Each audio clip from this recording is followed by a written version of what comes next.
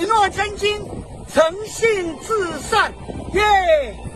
民主胜利，台湾万岁，耶！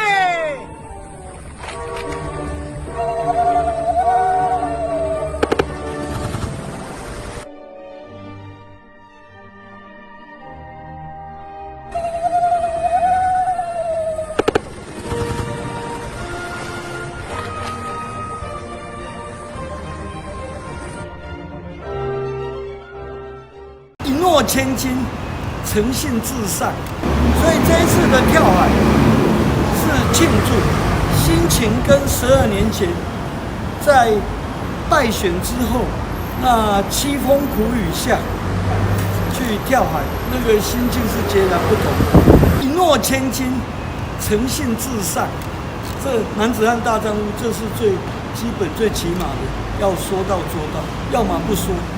那说了就一定要做到，而且其实我去年在提这件事情，去年的2月20号嘛，那时候是我们民进党跟小英总统气势最低迷的时候。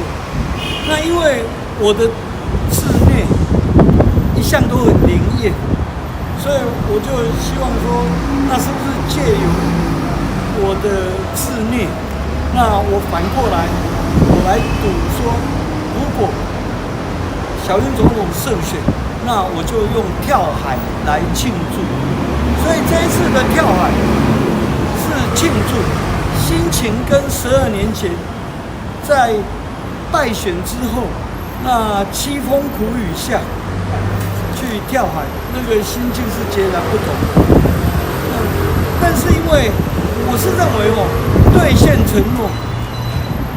不必敲锣打鼓，而且现在是我们国家需要团结的时候。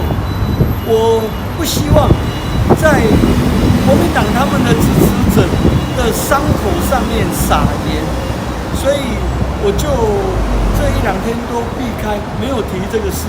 因为这一次跳海是庆祝，是很阳光的，跟12年前或者跟8年前高空弹跳是截然不同的。很简单，大家去看柯文哲这半年来他的施政满意度不但越来越低，而且柯文哲现在他的施政不满意度已经高过他的满意度。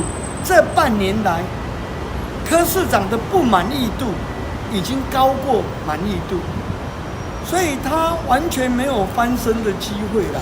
那现在这样5席上呢，他们又要组大联盟，会不会觉得很好笑？因为其实第2大党在野党。对啊，我觉得他置国民党于何地啦？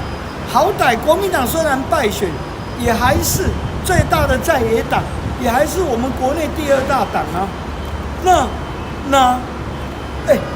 第2大还在，哪轮得到你这3小政党在讲话呢？不是这样吗？谢谢议员。